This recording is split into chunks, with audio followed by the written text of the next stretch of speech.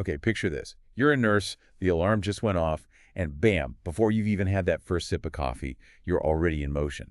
Every shift is this intricate dance of recovery and well-being.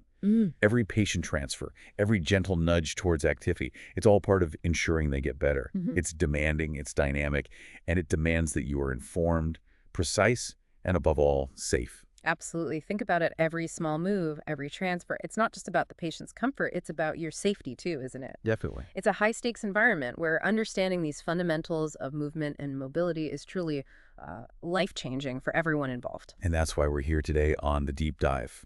We're taking a deep dive into those critical concepts, activity and exercise in nursing care, drawing directly from the foundational knowledge and fundamentals of nursing by Potter, Perry, Stockard, and Hall. Yeah, a cornerstone text. Our mission for this deep dive is to extract the most important nuggets of knowledge and insight, offering you a shortcut to being truly well-informed about patient mobility, safe handling, and promoting health through activity.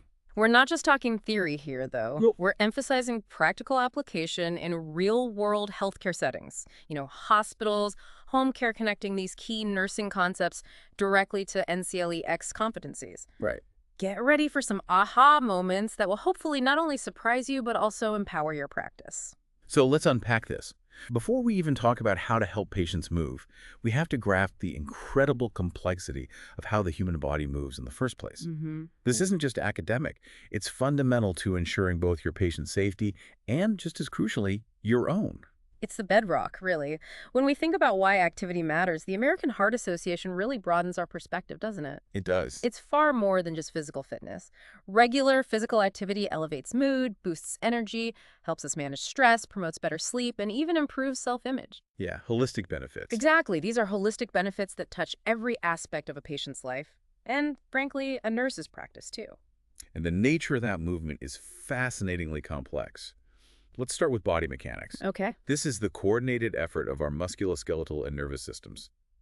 Historically, nurses suffered just debilitating back injuries from improper lifting. Oh, absolutely. A huge problem. But today, we rely on evidence-based understanding of body alignment, balance, gravity, and friction to ensure safety during transfers, ambulation, and fall prevention. Building on that, body alignment and balance are totally intertwined.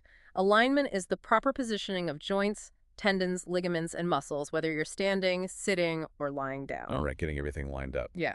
Good alignment reduces strain and conserves energy.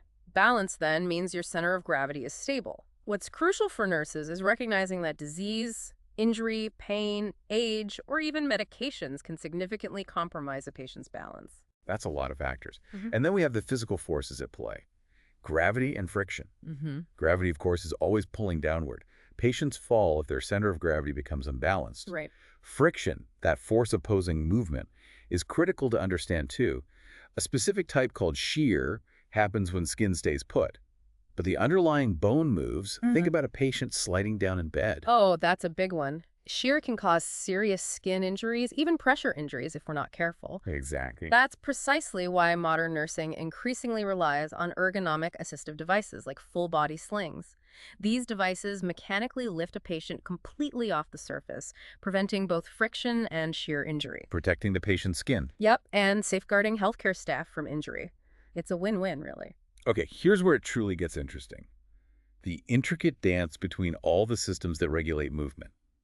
Our skeletal system is the body's supporting framework. The scaffolding. Yeah.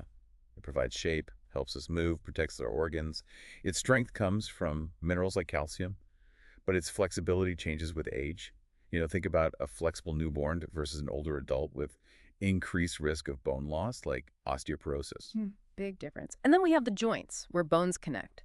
Think about the incredible variety here, from fixed joints in your skull that allow basically no movement, Right. to joints in your spine that offer a tiny bit of give, all the way to the amazing freely movable joints like your elbow or knee. Those synovial joints. Exactly, the synovial ones. For nurses, understanding the spectrum isn't just anatomy. It's about predicting what a patient can and can't do safely and how much strain we might be putting on them during care. Supporting all of these are the ligaments, tendons, and cartilage. Ligaments are those strong, flexible bands that bind joints together and connect bones, ensuring stability. Tendons connect muscle to bone, the Achilles tendon in your heel, for instance. That's a powerhouse. It really is. And cartilage is that smooth, supportive tissue that cushions bones in your joints, acting like a shock absorber between the bones. So important. But for actual movement, we need muscle.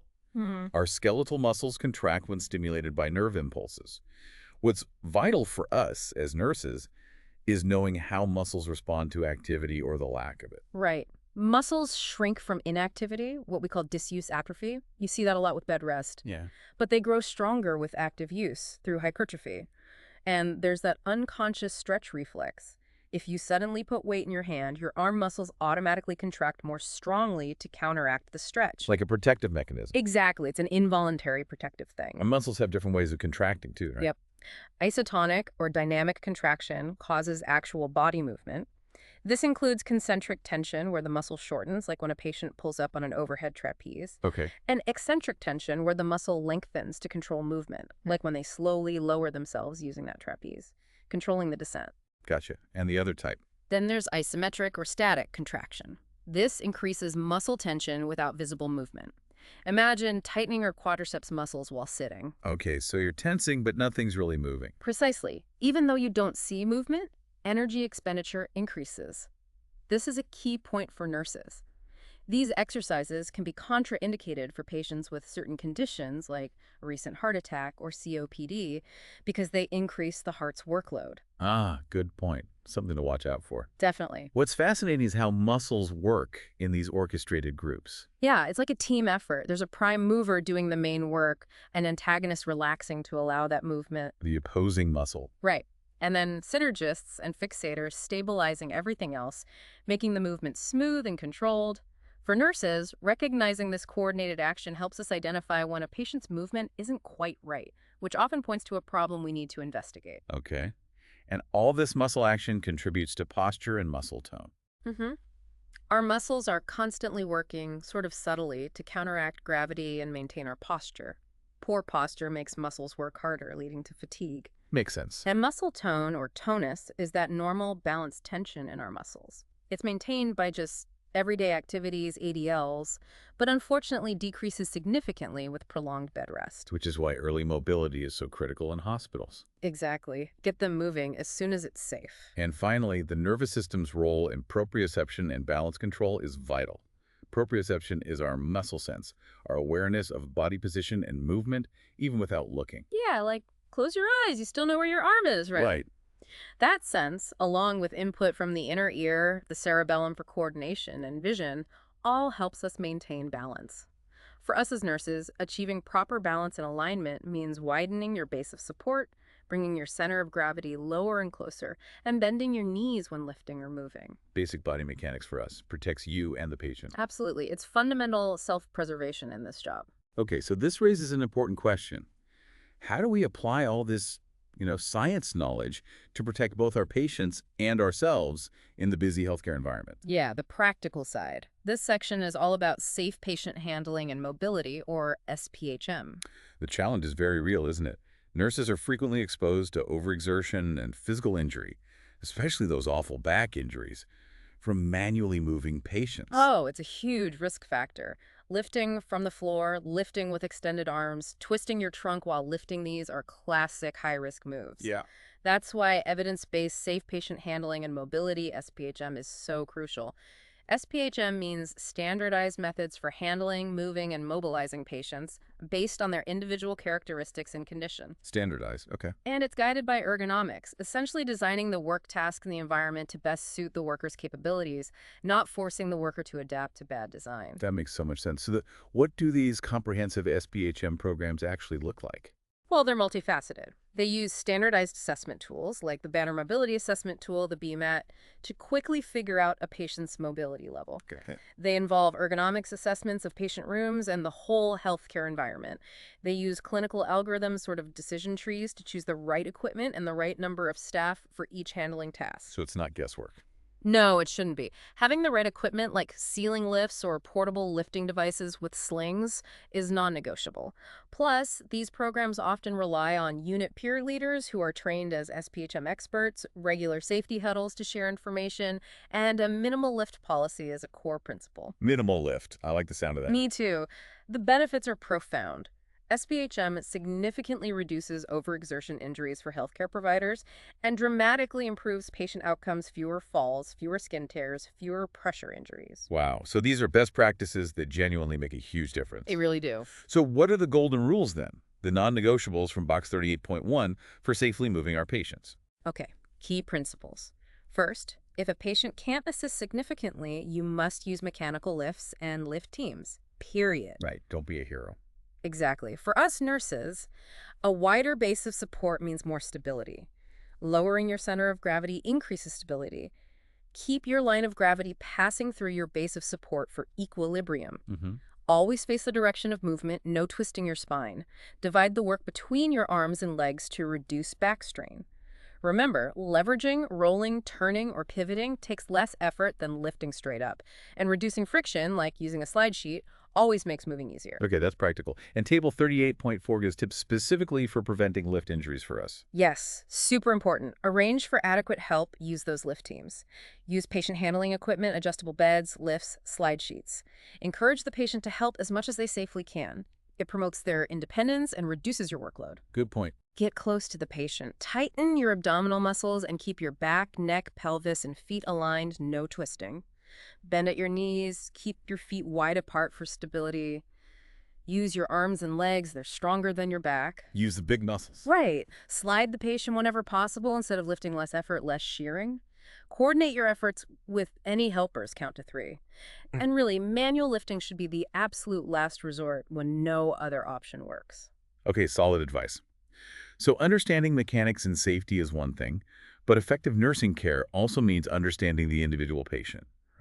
What factors really influence their ability and willingness to be active? That's the holistic view, exactly.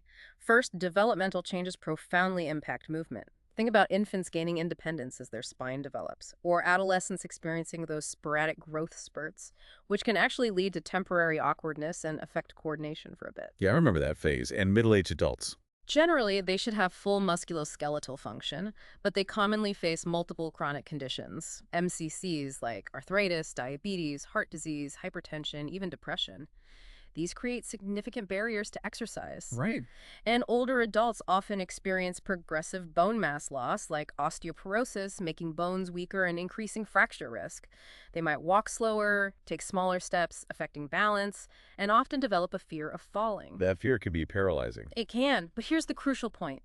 Physical exercise can significantly improve endurance, coordination, and reduce fall risk in this population. It's never too late to gain benefits. That's encouraging. Right. What about their mindset, behavior, and readiness to exercise? Absolutely key.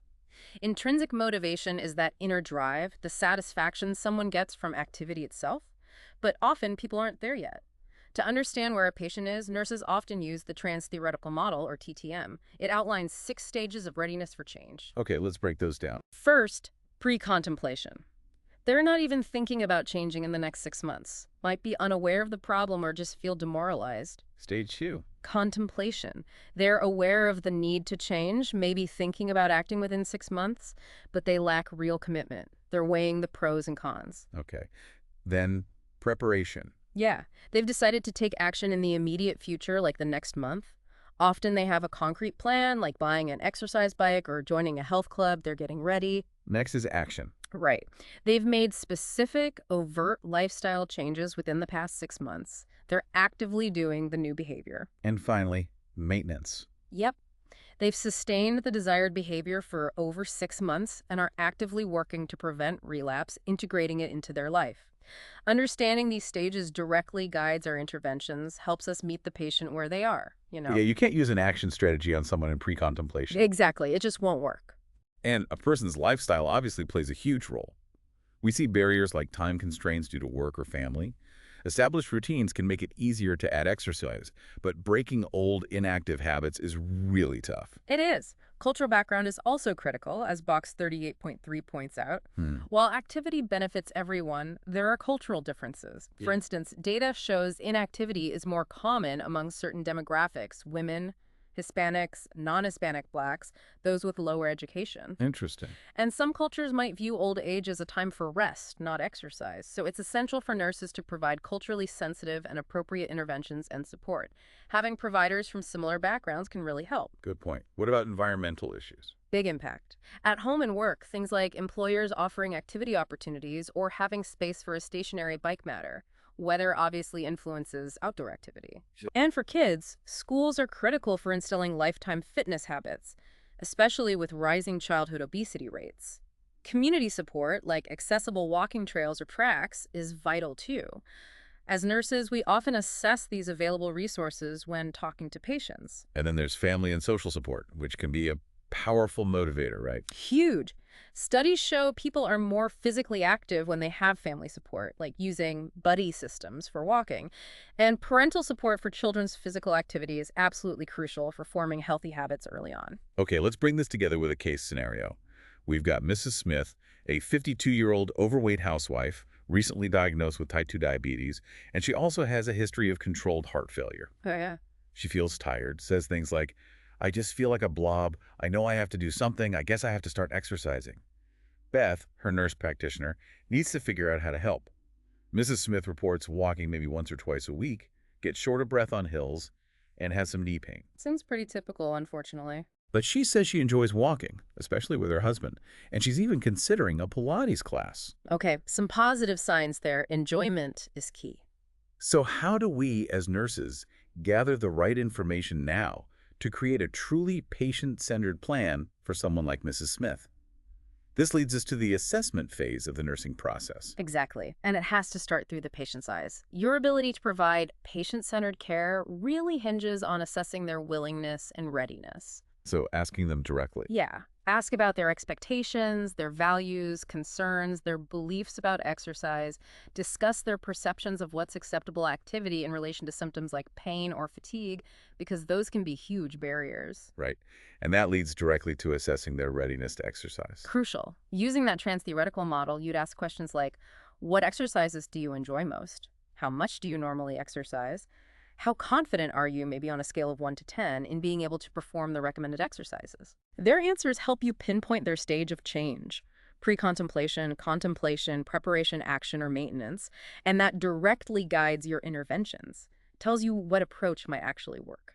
A thorough assessment also has to include exploring cultural and socioeconomic factors. Absolutely. This requires building trust to discuss cultural beliefs about exercise and also to figure out their socioeconomic resources. Do they have access to community facilities, safe places to walk outside? Do they feel like they have time? Practical stuff. Very practical. And always determine if social support is available from family or friends, because that accountability often makes a big difference in sticking with a plan. Okay, then comes the physical health assessment, the hands-on part. Right. First, body alignment. Assess their alignment standing, sitting, and lying down. Look for any deviations from normal, considering their age and development, and identify potential issues like trauma, muscle damage, or nerve problems. Next, assess mobility. The book mentions 5 key components here. Yes. First, sitting. Can the patient sit upright safely on the side of the bed or in a chair? This basic ability affects so much of their self-care. Okay, then standing. And don't just rely on what they say they can do. If it's safe, have them attempt to stand using an assistive device if needed. The BMAT tool asks, can they raise their buttocks off the bed and hold for a count of 5? That gives you a real indication of their balance and mobility. Good objective measure. Then range of motion or ROM. Yep. Observe their joints as they move them or as you move them passively. Look for stiffness, swelling, pain, or limited or unequal movement. These can indicate inflammation, fluid, nerve issues, or even contractures starting to form. Okay. Number 4 is gait. Right. Their manner or style of walking. Watch their speed, stride length, balance. Ask them to walk across the room, turn, and come back. Maybe try heel-to-toe walking if they're stable enough while you provide support. This is a direct assessment of fall risk. And finally, exercise pattern. Yeah, ask about their current routine. What kind of activity do they do? How often? How intense? How long? Compare their habits to recommended guidelines, like the American Heart Association's 150 minutes of moderate intensity aerobic activity per week for adults. See where the gaps are. Okay. And the last piece of the physical assessment is activity tolerance. This is the type and amount of exercise a person can handle without undue exertion or injury. Observe patients after activity like walking down the hall or bathing for signs of fatigue, weakness, or shortness of breath. What vital signs do you check? Assess their heart rate and blood pressure response, comparing it to their baseline before the activity. Discussing how to calculate and use a target heart rate can also be a good measure of whether they're getting adequate exercise training intensity. Okay, let's apply this to Mrs. Smith. Beth's assessment reveals Mrs. Smith feels always tired and like a blob, doing less outside stuff. Her heart rate actually decreased after walking from 84 to 78, and her BP was unchanged. Blunted response. Could be the heart failure or deconditioning. She reports feeling a bit short of breath and knee pain, ache if I walk too far. Beth's cardiopulmonary assessment confirms a mild ventricular gallop, likely due to the heart failure. Okay. Mrs. Smith says, I like to get out and walk, but I have little time, but also walking actually makes me feel pretty good. She worries about how exercise affects her heart, but doesn't know about its effect on blood glucose. Lots of cues there. Ambivalence, some physical limitations, knowledge deficit about diabetes. Exactly. Based on these cues, Beth identifies nursing diagnoses of fatigue, activity intolerance related to that shortness of breath, the heart rate response, gallop, and her reported fatigue, and potentially readiness for enhanced health management or ability to perform health maintenance. Makes sense. She wants to do something but has barriers. Right. Now that we thoroughly assess, what's fascinating here is how we synthesize this information to plan and implement effective, patient-centered interventions. Okay, so planning and outcomes identification. The goal here is patient-centered outcomes. This means you partner with the patient like Beth, with Mrs. Smith, to set realistic, achievable goals that promote functional status and independence. So what kind of outcomes did they set for Mrs. Smith? They collaborated and set these. Mrs. Smith will participate in a planned moderate exercise program weekly. She'll aim to demonstrate a 20-pound weight loss in 3 months and report no shortness of breath following a 1-mile walk in 1 month. Beth plans to use an exercise log to track progress with her. Specific and measurable. Good. And prioritizing care is crucial clinical judgment, isn't it? Absolutely. Is the patient comfortable enough right now for exercise, or does acute pain mean we need to wait? When is the best time for patient education? When they're alert and willing to learn? And you always need vigilance to prevent complications, especially when delegating related tasks like ambulation assistance. Right. And teamwork and collaboration are key. Definitely. Sound clinical judgment means using all available resources. Collaborate with physicians or nurse practitioners for activity limits and guidelines. Physical therapists are the experts in specific exercises and gait training. Occupational therapists help with adaptive devices for ADLs. And discharge planning needs to start early to ensure continuity of care after they leave your setting. Okay, let's move to implementation health promotion. How do we encourage patients like Mrs. Smith? Well, Box 38.8 outlines the physical activity guidelines for Americans. As nurses, our core message is move more, sit less. General guidelines for adults are 150-300 minutes of moderate intensity aerobic activity per week, plus muscle strengthening activities on 2 or more days. And special considerations for older adults. Yes, include balance training and always adapt recommendations based on their chronic conditions and abilities. Makes sense. And Box 38.9 talks about creating patient-centered exercise programs. Right. This involves teaching patients how to tailor their own program. A key part is calculating a target heart rate. The basic formula is 220 minus age to get maximum heart rate, then aim for 60-90% of that max. Start low for beginners, right? Definitely start low, especially for beginners or those with activity intolerance like Mrs. Smith. And always include 5-10 minute warm-up and cool-down periods. Prepares the body, aids recovery, prevents injury. So for Mrs. Smith, how did Beth apply this? Okay, Beth calculated Mrs. Smith's target heart rate. 220 minus 52 equals 168 max. 60% of 168 is roughly 100 beats per minute. So Beth sets an initial target goal of 100 BPM to start. Okay. She outlines a gradual progression for walking, maybe starting with 20 minutes 3 times a week, very mindful of Mrs. Smith's heart failure and current deconditioning. Beth teaches her how to take her pulse at the carotid artery during and after walking. Empowering her. Exactly. Recognizing the teaching session was getting long, Beth also smartly schedules a separate appointment with a dietitian for Mrs. Smith to learn about the DSH diet plan and encourages her to include her husband in walks for that crucial social support. Great integrated approach. What about different types of exercise? We encourage a mix. Aerobic exercise for endurance, brisk walking, swimming, biking, resistance training to increase strength and endurance weights, resistance bands, or even functional ADLs like pushing a vacuum cleaner. Things people do anyway. Right. Balance exercises, especially vital for older adults to decrease fall risk things like standing on one foot, heel-to-toe walking, and flexibility exercises to improve joint range of motion and lessen muscle tightness stretching, Tai Chi, yoga, Pilates. Mrs. Smith mentioned Pilates, so that's something to explore. Okay. Shifting gears to implementation acute care.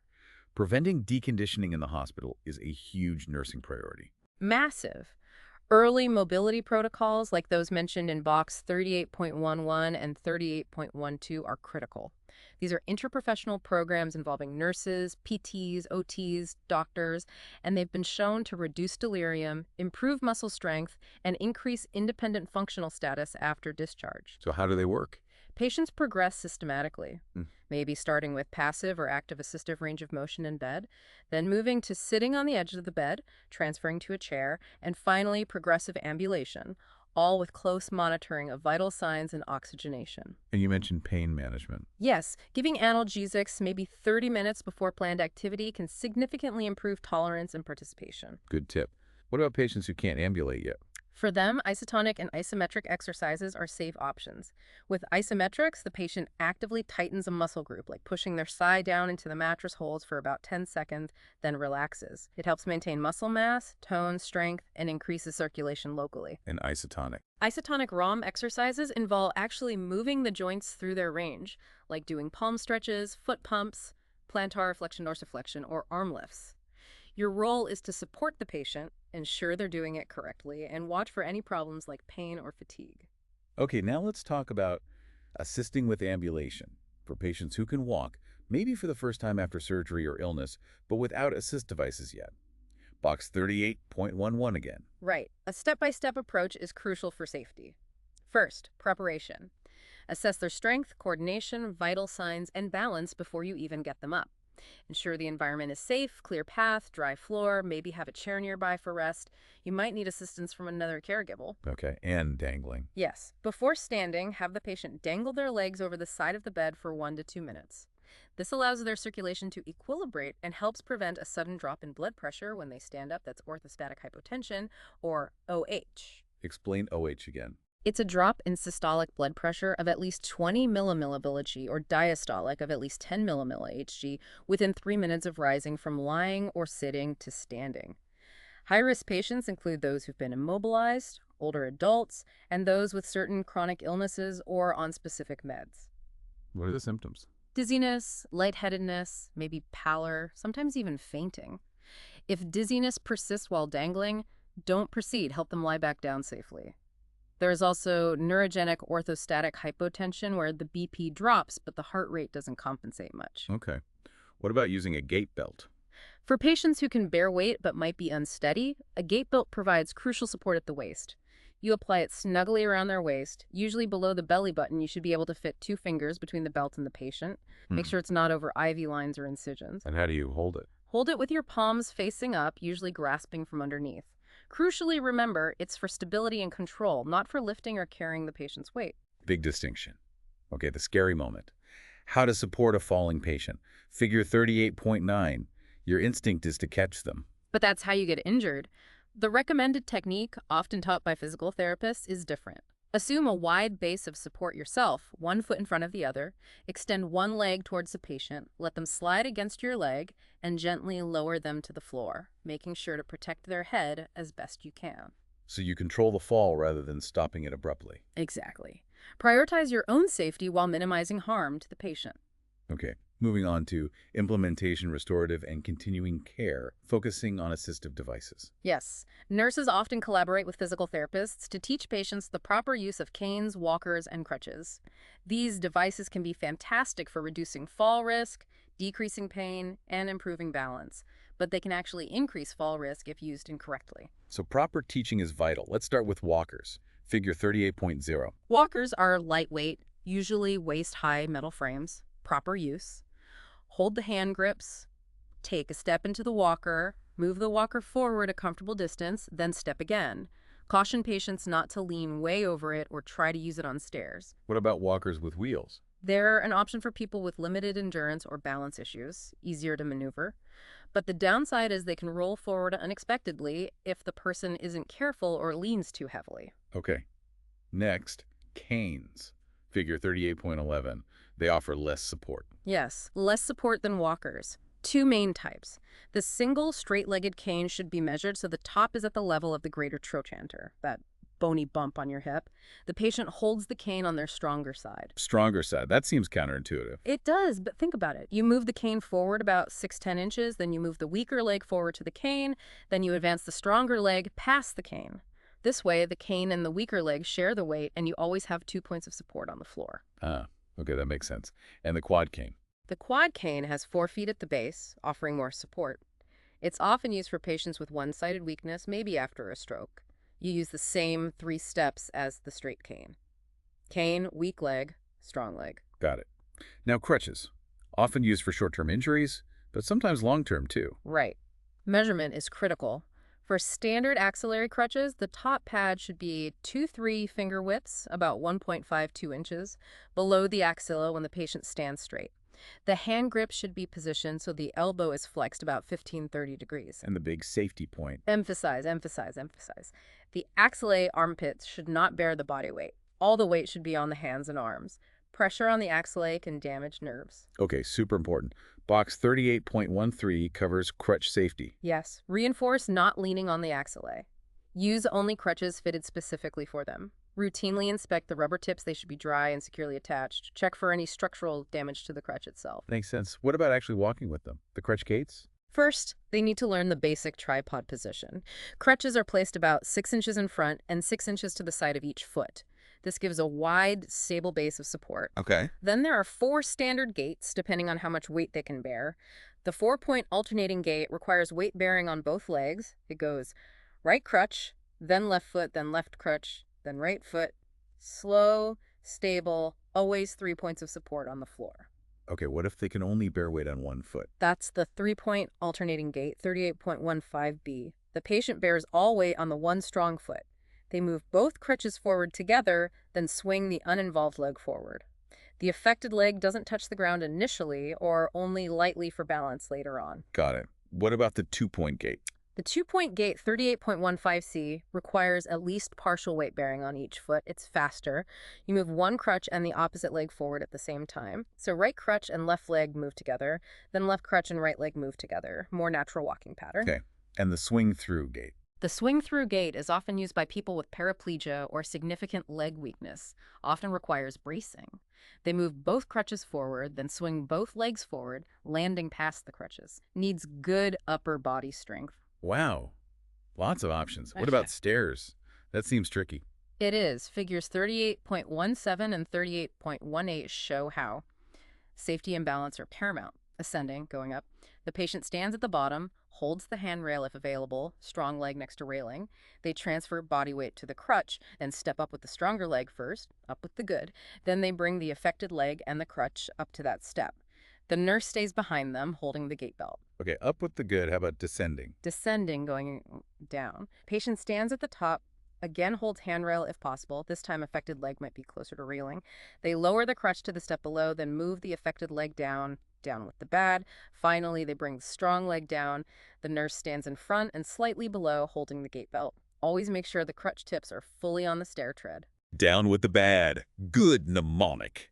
And sitting in a chair. Figure 38.12. Patient positions themselves at the front edge of the chair. They hold both crutches in the hand on their stronger side, or opposite the affected leg if only one is affected. They support their weight on the unaffected leg and the crutches, reach back with their free hand to grasp the chair armrest, and lower themselves slowly. Reverse the process to stand up. Okay, practice definitely makes perfect there. Lastly, in this section, activity and chronic illness. Exercise is therapeutic, right? Absolutely. For coronary artery disease, CAD, regular moderate intensity aerobic exercise actually reduces the risk of sudden cardiac death and heart attack by improving blood flow to the heart muscle. Cardiac rehab programs are fantastic. What about hypertension? Exercise consistently lowers both systolic and diastolic blood pressure, typically a reduction of 5-7 mmHg. Low to moderate intensity aerobic exercise seems most effective. And COPD. People might be scared to exercise if they get short of breath. That's a huge barrier. But pulmonary rehabilitation programs significantly improve health-related quality of life, respiratory muscle strength, and exercise capacity. They teach patients how to manage dyspnea with exertion. That's great. And diabetes mellitus. We know Mrs. Smith has type 2. Exercise is crucial. For type 1, moderate to high levels of aerobic activity improve fitness, decrease insulin resistance, and improve lipid levels. For type 2, like Mrs. Smith, regular exercise reduces HbA1c levels, triglycerides, blood pressure, and insulin resistance. It could genuinely help control her diabetes and maybe even reduce her need.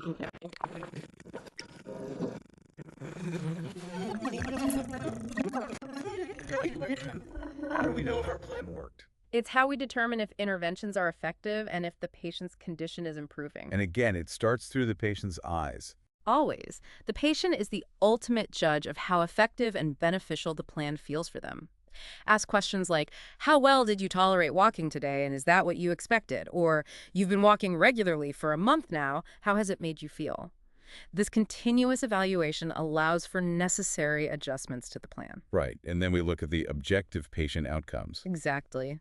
Sound clinical judgment means comparing the patient's baseline measures, mobility, activity tolerance like pulse, blood pressure, strength, their self-report of fatigue, even psychological well-being with the expected outcomes we set, and any established standards for improvement, like reaching that target heart rate. And observing function. Yes, observe their ability to perform ADLs. Are they more independent? Are they moving more easily?